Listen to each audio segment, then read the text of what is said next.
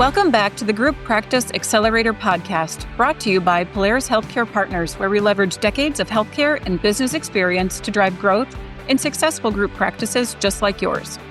If you're a healthcare entrepreneur and you're interested in building, scaling, or exiting your group practice, you've found not only the industry's leading resource for business education, but a team of trusted advisors dedicated to helping you achieve and exceed your goals. In short, the team at Polaris creates clarity, confidence, and results. I'm your host, Jamie Falash, and the Group Practice Accelerator podcast is on the air.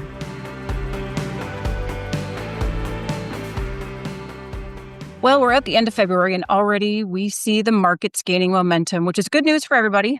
And to cover that more fully, we have a great sell-side episode, including a market update coming in the first week of March, so make sure you tune in for that. And if you listened into the last couple of episodes that aired earlier this month, you also heard from our Polaris clinical coaches and how they're approaching your vision for growth with their specific angles of attack and using what they learned building successful group practices of their own. If you missed any of those, just be sure to go back and listen on your favorite podcast platform. Now, speaking of growth, I think by now we all understand that without a solid foundation in operations, the wheels are going to undoubtedly and probably inevitably fall off the bus. So, have you seen it happen before? Does it sound familiar? Yeah, I think we've all heard stories and we hate to hear it, but many of us have witnessed this, and wow, do we want to avoid it. Without the right partners and processes, that's at a minimum an enormous stressor. And at its worst, well, let's not dwell on what it does to your business and career. Instead, we're going to reflect. No, we're not going to meditate, but we are going to hear from our favorite fractional COO executive, Adin Bradley, who has, in fact, seen it all in his decades of multi-site experience, and one might say has a special radar for detecting when trouble is on the horizon.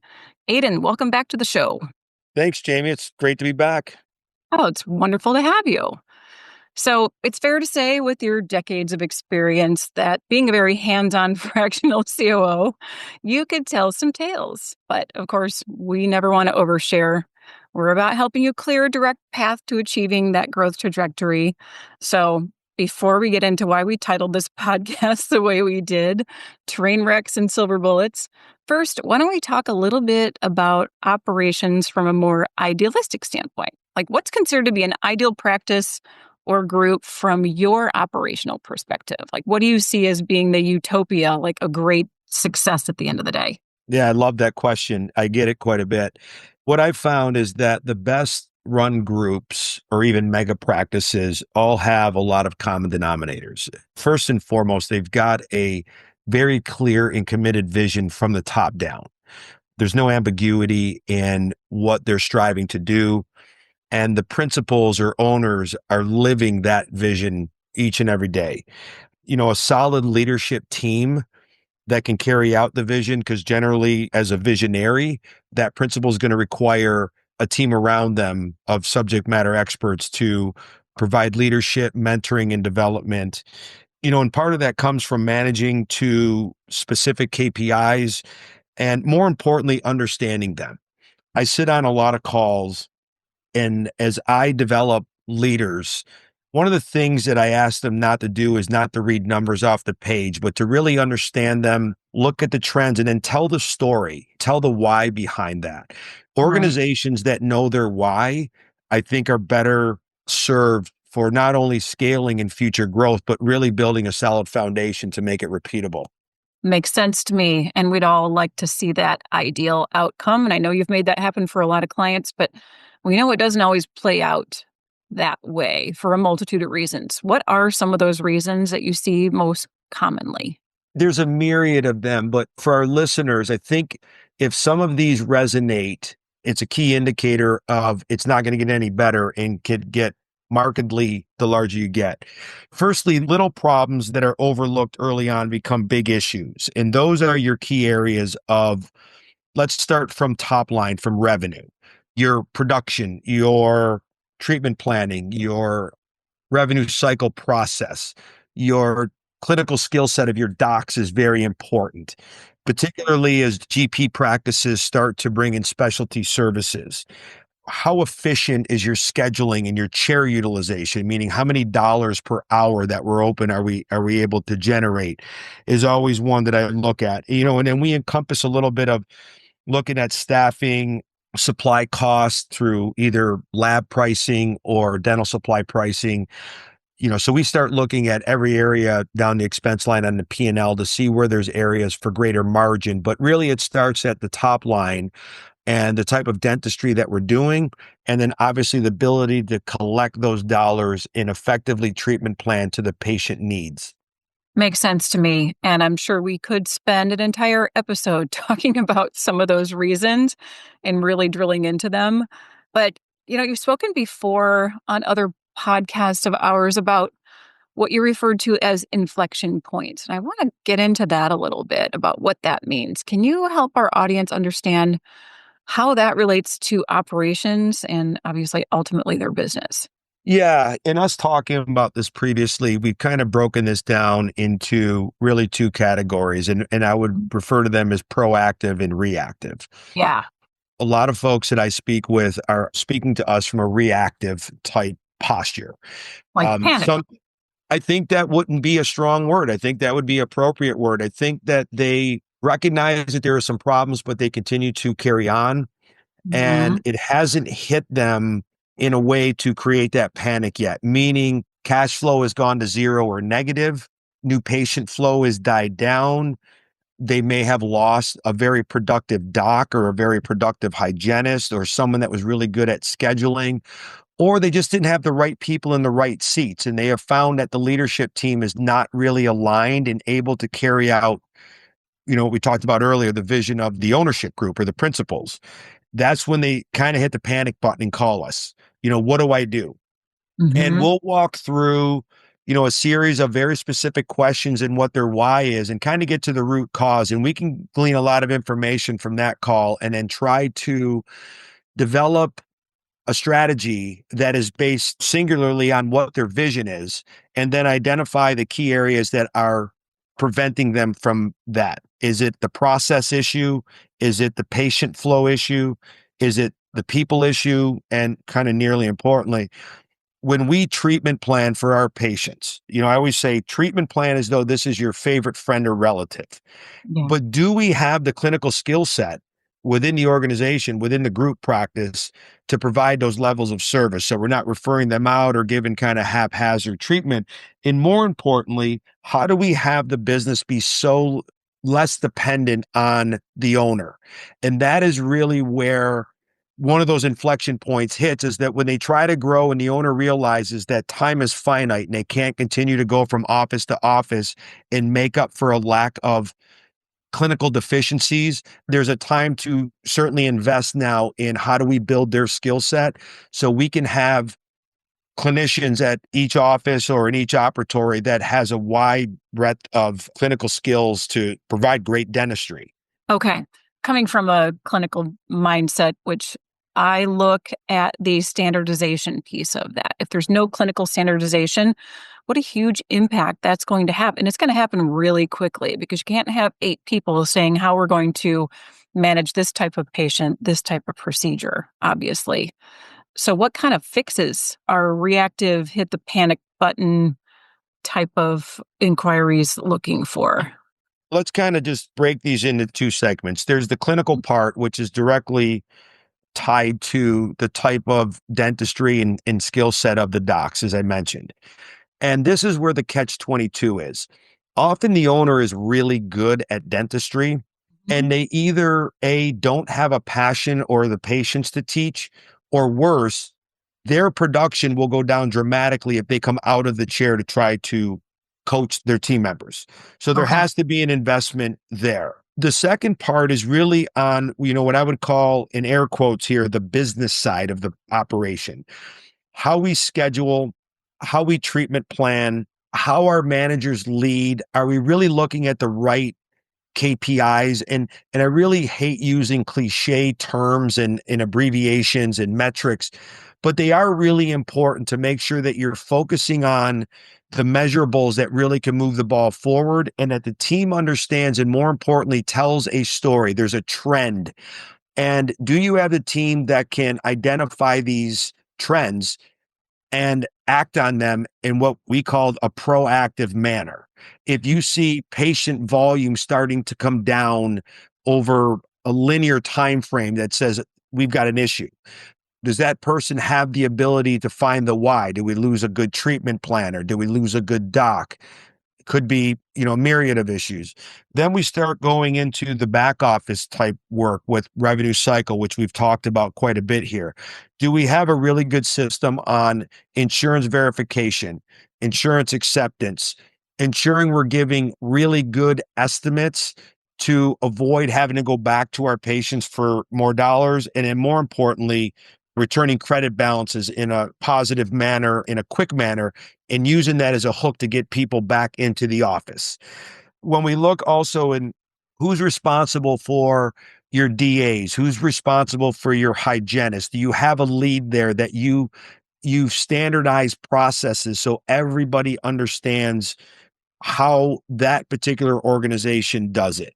And then from front desk to marketing to HR, all these departments and who's running them, there's just a series of consistent practices that everybody in the organization understands and is keenly aware of, and they follow.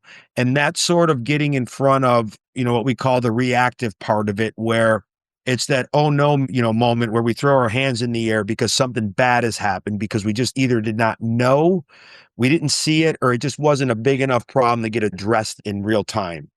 I think we've all been in situations where we get into something and then, oh gosh, again, wheels are falling off the bus, happens really quickly, and we're going to hit the panic button and we need some help. And it's okay to do that. We Mm-hmm. have the right resources. There's not a silver bullet fix. So we'll highlight that. But there are plenty of ways to remedy this. And as you've seen it, you've lived it, you've helped plenty of clients with this. There are ways to right the ship, and it's Mm-hmm. completely doable regardless. Now, you mentioned the other category, proactive. What does that look like?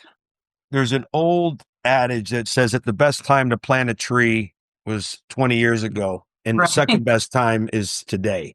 These are the groups I really love working with, and some have been featured on our website at polarishealthcarepartners.com. And these are group practice owners or super practice owners that have told their story of success and candidly unvarnished advice on failures along the way. To answer your question specifically, Jamie, these are folks that, first of all, they know where they want to be, and they know that there are known unknowns out there. They just don't know what they are, so they need help, and they're trying to get ahead of the game. So are they looking to build a multi-site group? Are they looking to build what I call a super practice, which would be, in my own definition, anything more than like, say, 14, 15 operatories or more under one roof?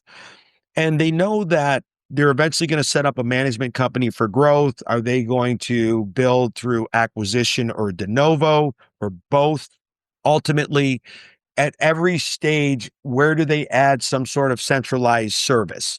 So obviously, as a lot of groups start with one or two practices, it's easier, to have all hands on deck. But at some point, how do we centralize HR functions or a call center? We talked about revenue cycle, and I keep bringing revenue cycle up because it is the one biggest issue that I find where there's a major hole in the bucket. Marketing is another, and just not only identifying what your new patient flow looks like, but where are they coming from? Are they coming from existing patients? Is your marketing strategy to build a growing practice in a new area through brand awareness? And, are you working with a company that can provide metrics that tell us where these patients are coming from, and are they the patient avatar that we're looking to reach? And any other shared services. And then also the doc or the owners understand that they're going to have to scale good clinical work. So is there an investment in clinical coaching, clinical direction, treatment planning, technology?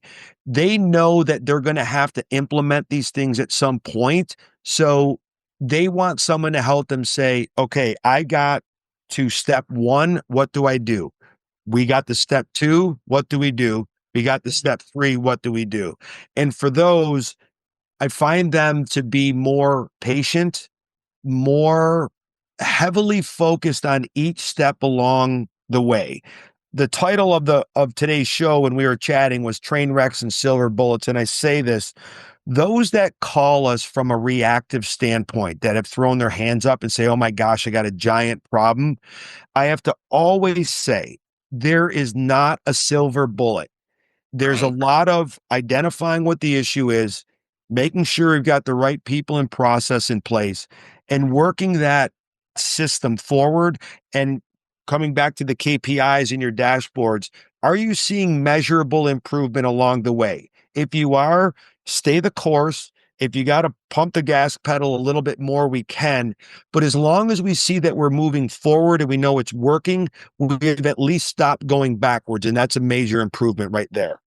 Well, sure. And these problems didn't happen overnight, so we can't expect them to be fixed overnight. But there definitely are solutions. This is all doable. It's just we approach things in two separate ways. We're human. We handle things differently, right? But is it fair to say that your proactive clients, they have the vision, they've got a strategic plan, that they just need the how of the execution?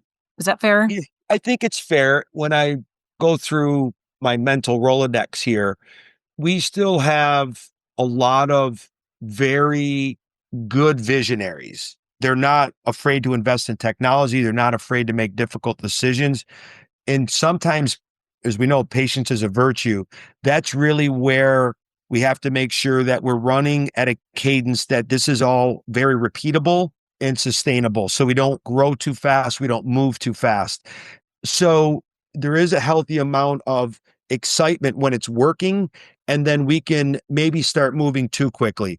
All of these different areas for success have to be set in a certain cadence, and some have to come before other areas. You might have to fix one or two areas before you can jump to a third or fourth, because if that structure is not in place, it just becomes an unstable foundation for growth.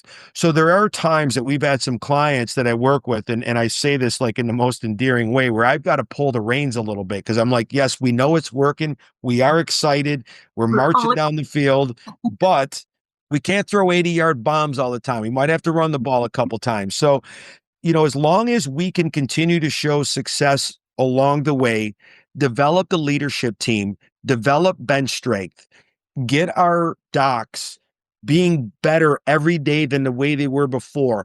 And it's not just coaching them clinically, it's also building up their confidence. It's also making sure that they understand why we treatment plan the way they do. They need to really understand the needs of the patient. And sometimes a lot of docs, their associates, I should say, come in and they might not like certain aspects of the relationship. They might not like treatment planning, or they might not say, they might not like the pricing and stuff. That's fine. There's people within the organization to do that. But we do need to make sure that clinically they possess the skills to do that, because when you think about it, not only is time finite, but the amount of hours that a chair is available finite. How right. much stickiness can we create with our patients by being able to manage and service all of their needs without putting them out to other groups or other offices? There's a trust factor there. There's an awareness there. There's just some sort of tribal knowledge about the patient themselves that we understand.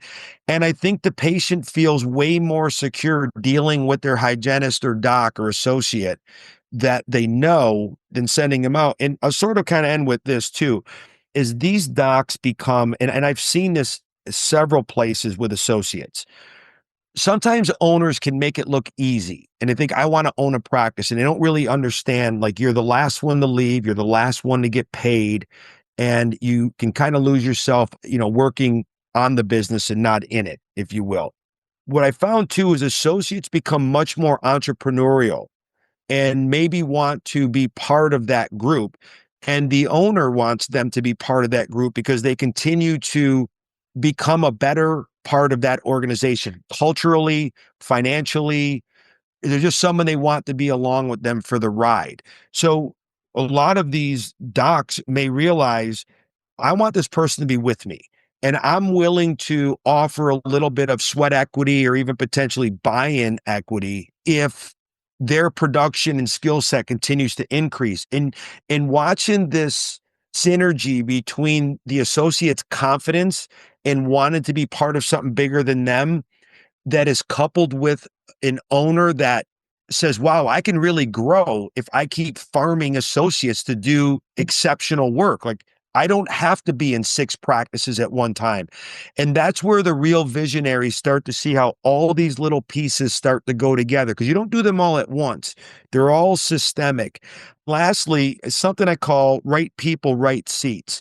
Along the way, you'll find where hopefully there isn't, but in many of our engagements, I work directly with the leadership teams in lieu of the ownership group, because they want them developed and they want, a good assessment from an unbiased resource on whether or not they have the skill set, the aptitude, the bandwidth, the desire, any word you can think of, to do the job. And I take a great deal of professional and personal satisfaction watching a lot of folks that have been somewhat timid, unsure, not really aware of how to tell the story and manage to the numbers.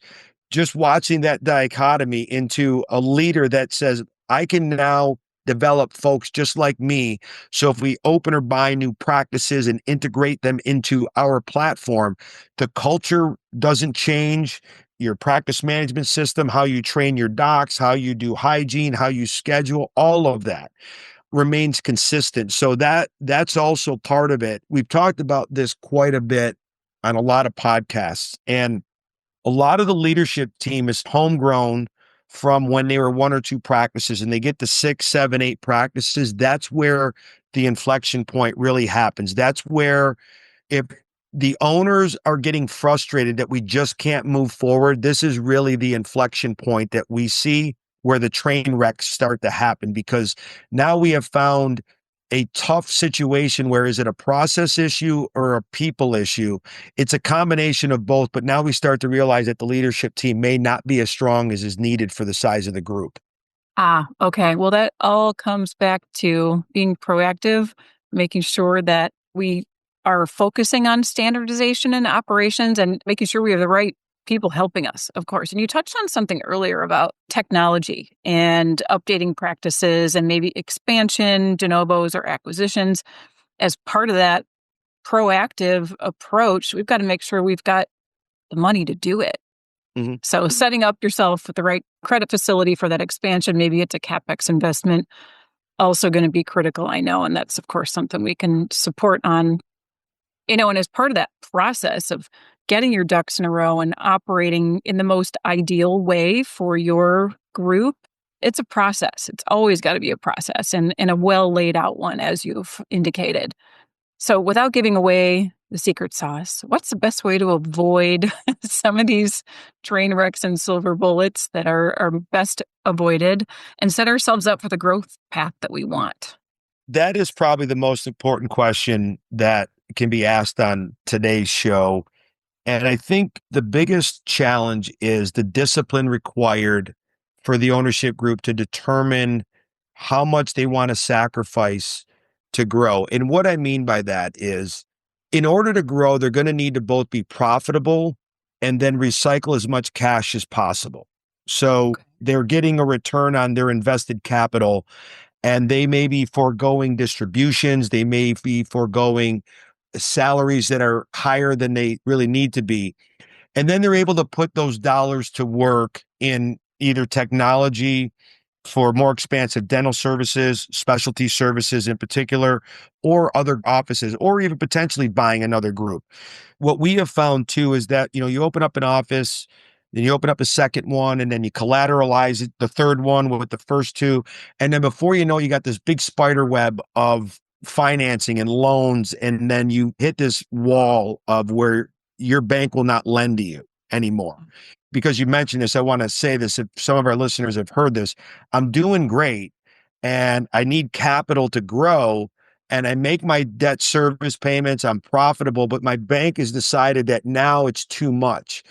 What we often say is, you may want to untangle a lot of those individual loans into one specific growth facility vis-a-vis a loan, and then also get working capital. So if you know in the next year or two, I want to open up either a de novo or one acquisition a year for the next 5 years, are you positioned with enough capital to do that? And what we're able to do is not only unwind all of those cross collateralized loans, but recap those into one with a growth facility. So you don't have to keep re-originating loans. You can just, if you meet the criteria and the covenants of your loan, the lenders will continue to add, almost like a HELOC, if you will, dollars for growth. The question was, the best way to avoid all that and set up for the growth path we want really is respect the process, really clearly define how you vision your group practice to be, and then ask yourself the unvarnished questions. Am I willing to do what it takes to build this practice, to make tough decisions, to invest in my people, to invest in my buildings, and recycle cash? As long as you really can commit to that, you'll find that not only will you have fun doing that, success will come much quicker. There's just so many variables into growing a group practice that we talked about, even just here, and we haven't even scratched the surface. I think the big takeaway for our listeners are there are just so many spokes in this wheel that need to be done correctly in order for it to turn smoothly. And an overemphasis on one or two will create an imbalance in another. So the vision that you set out when we help you is that that is what we're going to commit to doing.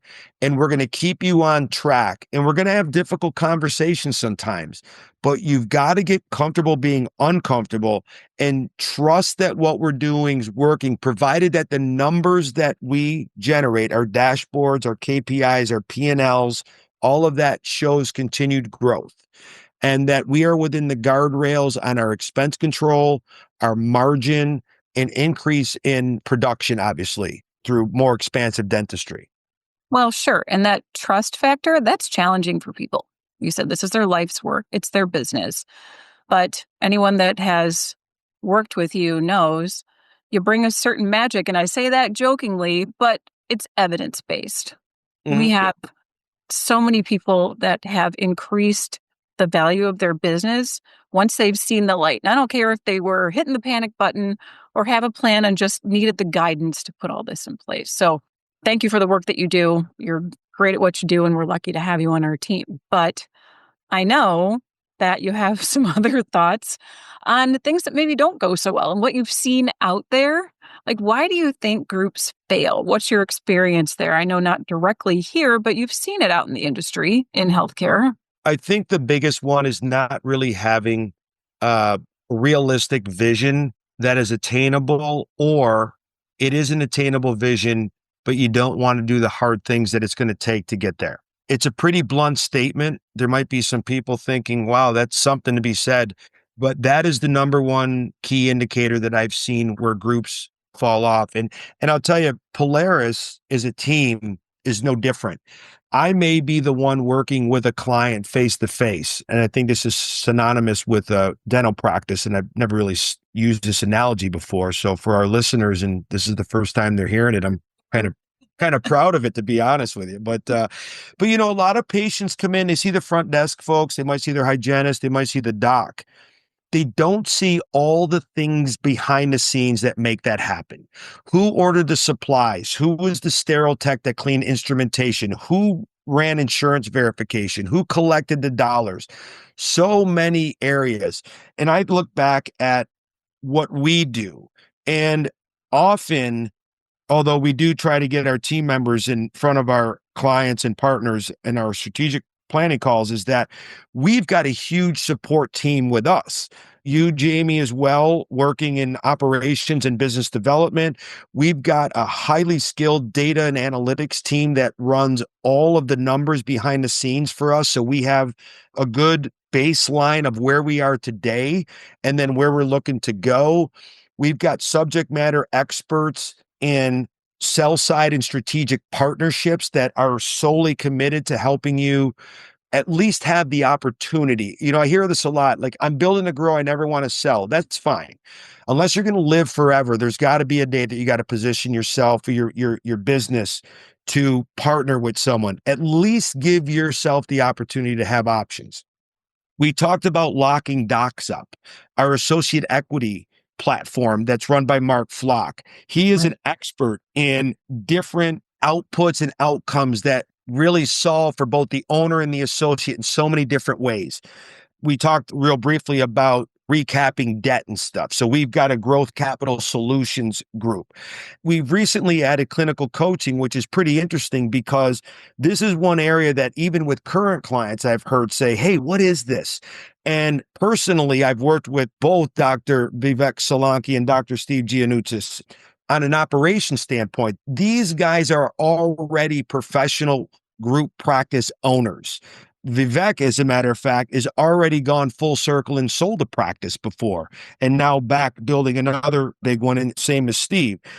And their experience on not only how to run a business, but tie the clinical coaching and the effectiveness of enhancing their skill set to helping grow the business and help the patient.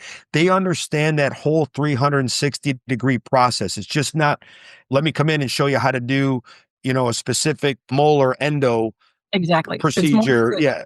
On clinical dentistry. Yeah. They know how to tie that to specific outcomes and how they can help grow themselves professionally to maybe solve for themselves of being, a partial owner in a group and having some skin in the game. So all of the things that we talk about here come from a wide array of subject matter experts internally.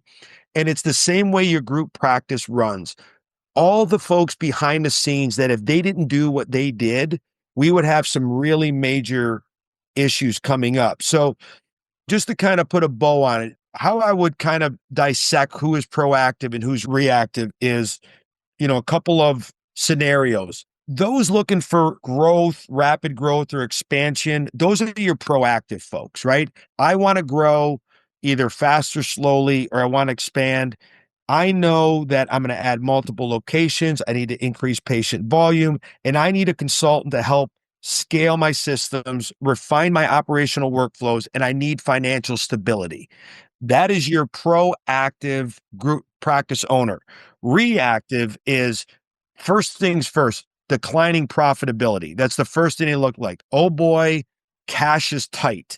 What's the trigger? Overhead costs are going up, reimbursements are coming down, revenue is very stagnant. They just can't seem to get out of their own way, and they can't figure out why. And I will tell you that the cost of labor is far outpacing the increases that PPOs or state funded or even regular fee increases on your master fee schedule if you're a fee for service office is doing it. So why do they need a consultant or a fractional COO? Well, now what they need is someone to conduct a financial analysis. And our proprietary financial model looks at the entire business in every area: docs, hygiene, expenses, profitability, ADA codes, you name it.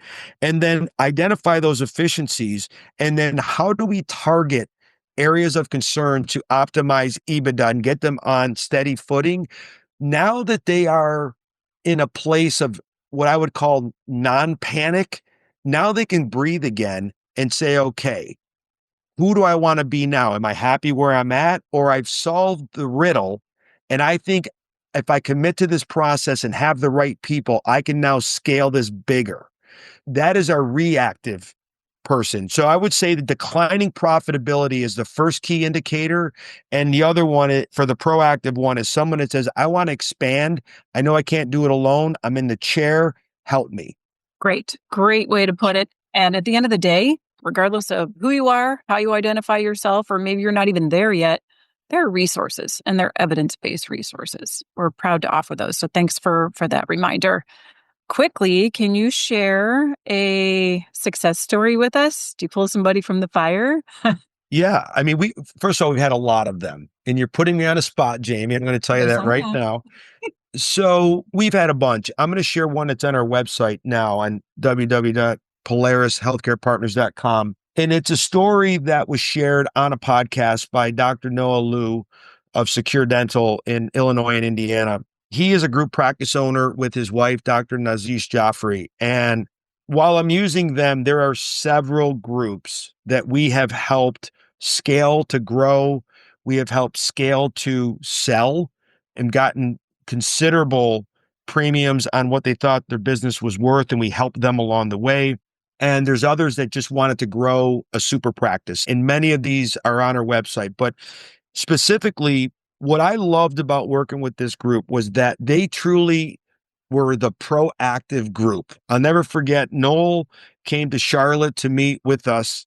He knew exactly what he wanted. He admitted where their blind spots were. He said, I need to look at my processes. I need to look at my locations. I need to look at my doctor's productivity. I need to look at my leadership team. I got to see what I can scale. And he said, I'm going to do everything I need to do to get to where I define success.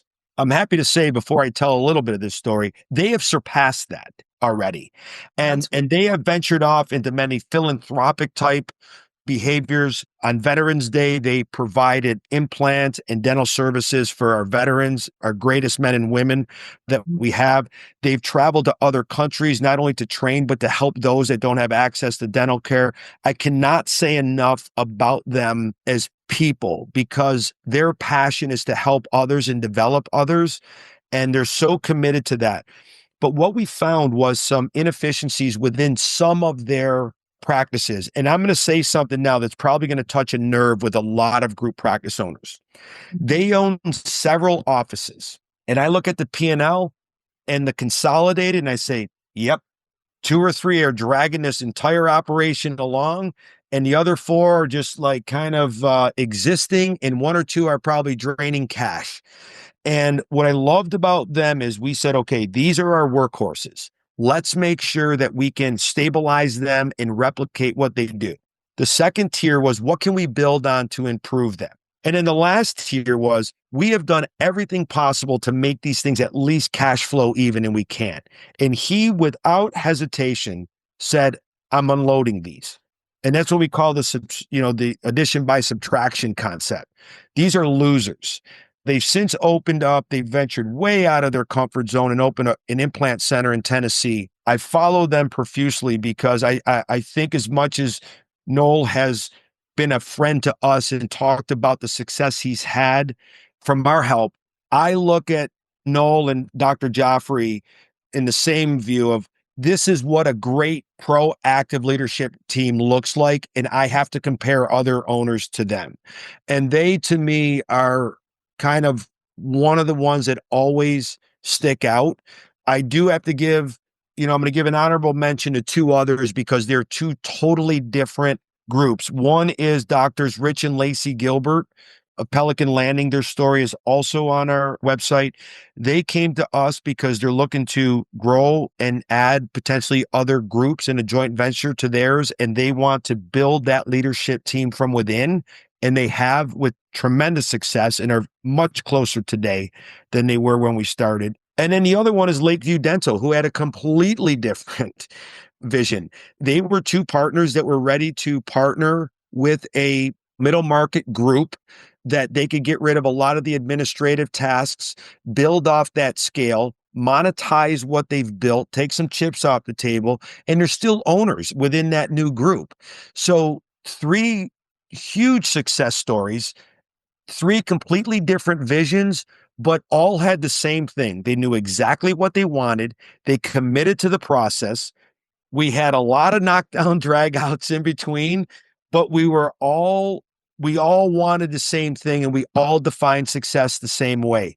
It was the way that they defined it. So I could never name just one, but anyone that's out there, all 3 of these are on our website, and they're great stories to tell. And what I love about each one of these, we have had other clients call them to ask them about their experience, not only with Polaris, but their experience as an owner and all of the things that they went through. And they've been on our podcast. And I think it really helps other owners when they hear from other people that are in the same boat, that have done them things, had the same challenges. they relate to them better than I can ever tell that story. And then it adds credibility to what we do to help them grow. And I hope that when we do this podcast again, we're going to have different success stories to tell, because we're in the process now with several clients that are moving forward, not only in the dental sphere. We got a great group that is in plastic surgery in the Houston area.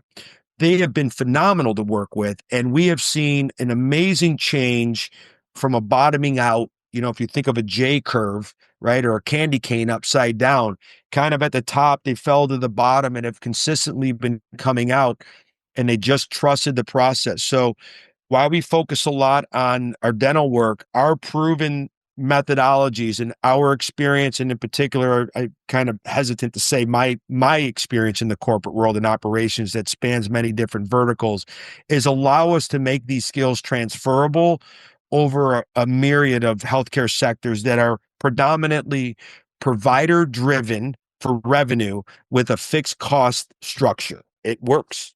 So Well, and I think it's challenging for any business owner and maybe clinical and healthcare in particular, because they want to hear from people who have walked in their shoes. And that includes your shoes as an operational expert, regardless of the vertical in healthcare, and then other clinicians who have been there as well, because it's hard to make that choice and admit that it's time to tell somebody I need help. We can't all be experts at everything. You graduate from dental school, you want to practice dentistry, and then that shift takes place. You're the proactive client or maybe the reactive client, and you want something different. You want something better. How do I get there? So use the resources. This is the moral of the story today. yeah, I'll truly end with this. I always joke, over my entire career, I've always heard someone say, if it were me, this is what I would do. And then all of a sudden, someone hands them the baton and it is them. And there's like this paralysis of decision making. Like, what do I do? And it's like, well, you had all these great ideas when you didn't own the outcome. Now that you own the outcome, it's much more different. But a lot of what we do is we pressure test a lot of the things that we're going to do. And this is going to sound in reverse to our audience. We don't focus on the best outcome. I focus on what could go wrong when we do this. What are the obstacles? You're in the bias confirmation now, right? This is going to be a great idea. These are all the reasons why. And they're all cheering, oh, yeah, this is great. And no one has really had a voice to say, have you thought about this? Or have you thought about that? And if you say, yeah, we thought about that. I love that saying, yeah. Then I know we got a problem. That's where you kind of suss out, okay, the criteria for success is X, Y, and Z, and the obstacles are A, B, and C. Can we achieve those by eliminating the obstacles or at least reducing them? And then anything that could be a worse outcome, let's identify what makes that and fix it. So then when we take the initiative and we put it into play, it will work more often than not because we've already kind of looked at the worst case scenario. Absolutely. Absolutely. Adin, always a pleasure having you on the show. We appreciate your insights, your stories, your candor, most of all, because the last thing you want is an expert coming in and sugarcoating things and really not seeing the return that you expect to see if you're willing to put in the work. So I think our listeners have a lot to self-reflect on, considering their own operations and how well they really are willing to implement the right elements at the right time to support their growth plans. So Adin, what's the best way for listeners to get in touch with you? They can look at all of our services on our website, PolarisHealthcarePartners.com. If someone wants to have a cursory Zoom call with me, I'm at Adin, ADIN, at PolarisHealthcarePartners.com. Shoot me an email and let me know what you're thinking about, what you're looking to do. Or if not, there's an online submission on our website that you can put your information in and maybe the size of your group and what you're looking to achieve. And I really enjoy those introductory calls. So, again, it's Adin, ADIN, at PolarisHealthcarePartners.com or PolarisHealthcarePartners.com if you want to kind of peruse around or even read some of the stories that you and I spoke about today about successful outcomes with other partners of ours. Wonderful. Thank you. So if you'd like to schedule some time to learn about any of Polaris Expert Advisory Service, Or maybe there's a topic we haven't covered yet that you want to hear about. You can also send us an email to info@polarishealthcarepartners.com, or like Adin said, you can reach us by visiting the website at polarishealthcarepartners.com. Thanks so much for being a loyal listener and subscriber. If you enjoyed today's episode, please leave us a rating on Apple Podcasts, Spotify, iHeartRadio, or wherever you get your podcasts. We'll see you on the next episode of the Group Practice Accelerator Podcast.